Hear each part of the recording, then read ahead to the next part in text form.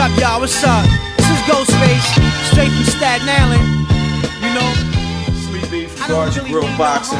We got my man Rasheem Jefferson. We speaking from a fan's perspective, and this is what I feel as though the people want to hear. We want to know about the emotions and the things that go on inside the ring. When you're in the ring, and you when do you take those mental notes to determine when to make adjustments, like far as addressing a person's strength, their punching power, and knowing how you're going to address the fight? When does that take place? Does it take place in the first round, or does it take place through the course of the fight? It depends on what type of fight are you fighting. Some fighters take 5 rounds to warm up. Some fighters take 10 rounds to warm up. Some fighters just come out from the jump.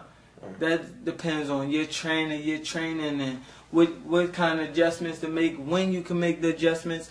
Can you make the adjustments in the 10th round? Can you make the adjustments in the first round if he come out blasting? Let me ask you this. You know, Philadelphia, PA is where my man is from.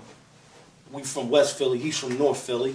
Is there something in the DNA down North Philly, man? Because you got Ivan Robinson, Melzik Charles, Bernard Hopkins, and I'm sure you're going to once in the future be a part of those ranks. Well, you know, can you elaborate on that? Some of those gyms down there, like, what's up? What's really good with North Philly? Y'all creating all this great talent. I think it's just the trainers, man. We got some great trainers over here. Howard Mosley, Nazim Richardson, Vaughn Jackson, Bozy. All the trainers. There's just some good trainers out here. Which the fighters is they learning the technique, the art of boxing. My first boxing experience as an amateur. I was 15 years old, weighing about 70 pounds. So everywhere I went, I had a walkover. I went to a big tournament called the Silver Gloves, where they got everybody in the country come around. So there was one person in my weight class. It was me and another person, so we automatically went to the finals. So the whole week, it was a 5-day tournament. The whole week I ain't fight until the finals, which was Saturday morning. Saturday morning, I'm like, oh man, today is the day that I'm fighting. My first fight ever, and it's for a little title. I'm like, yeah, I'm going to take this title back to the hood. We're going to be tripping with this joint. I'm carrying it everywhere I go, everywhere. Man, I get in there, go beat the crap out of the guy. Promise, man, I beat the crap out of this guy all over. Everybody say I was a little wild, but it was my first fight. I'm just like, Man, they gave him the decision, man. No belt, going home. First loss, first fight ever. But I'm back 15-0, 6 knockouts, making a statement. Guardian Grill Boxing.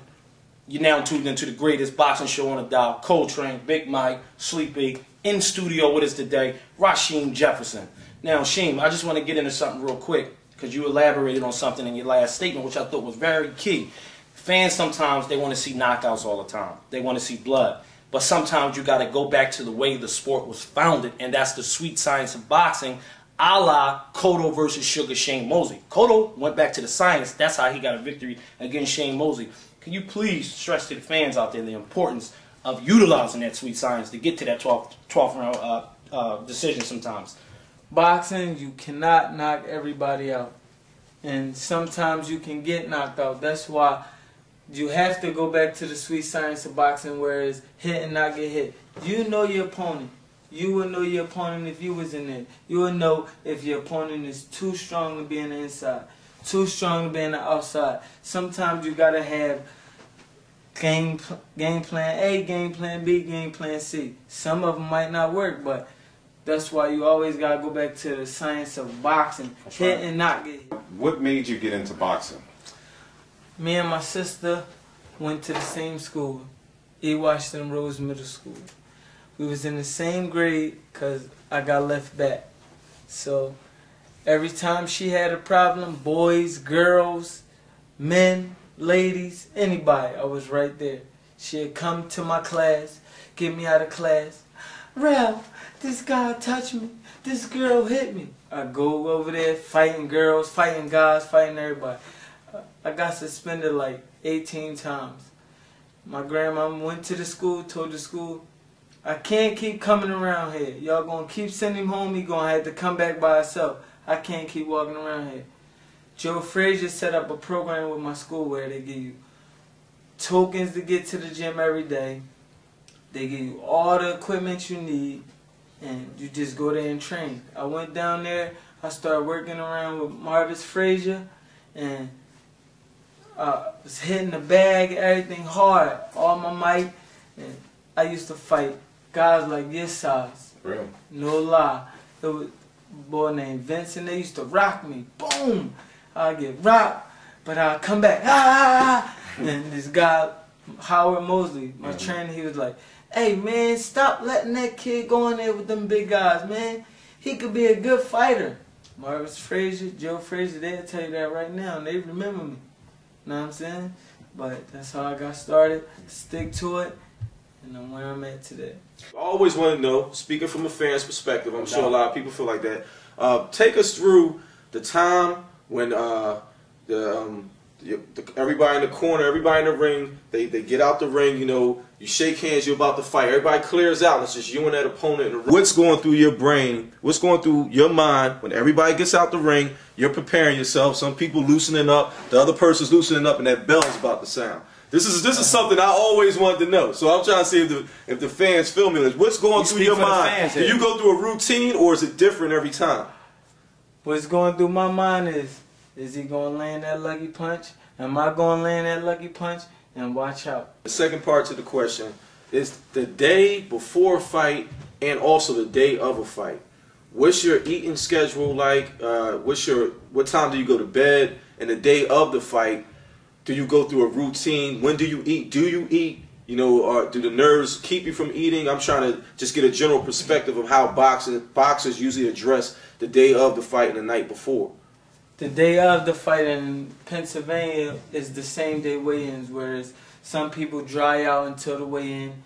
After the weigh-ins, they eat as much as they can to Explain to people what dry out mean. Dry out mean nothing. No food, no water, nothing. Just wait till weigh-in and that's it. Which in other places is the day before the weigh-in, which you got a whole day to build up to whatever weight you can, and actually not build up to whatever weight you can, a comfortable weight, whereas you can feel as though you got all your energy back, you got all your nutrition back and everything. But so the day before my fight, I eat 3 times a day. I like to play games or something, just not to keep my mind on the fight. You know what I'm saying? Break up the monotony. Yeah, right. Because you think about the fight all day, you nervous, you sweating. I like to play around a little bit, chill. The day of my fight, I like to eat breakfast. Depending on what time to fight, eat lunch and a little dinner, and sleep in between all the meals. Get up, relax my body, walk around a little bit. So you're sleeping the majority of the day, besides the meals and just loosening up a little bit. Okay, that's something I always. Let me ask you this real quick, and then we'll ask you some your opinion on some of the up and coming matchups. I heard a statement from Jay-Z. This was on his American Gangster album. He said, "Rap is where he go to bury the ashes at." In other words, that's his sanctuary, his temple. Do you feel like that when you get in the boxing ring? Everything else is null and void, and boxing is all that matters right now? If this is what I'm doing, it gotta be like that.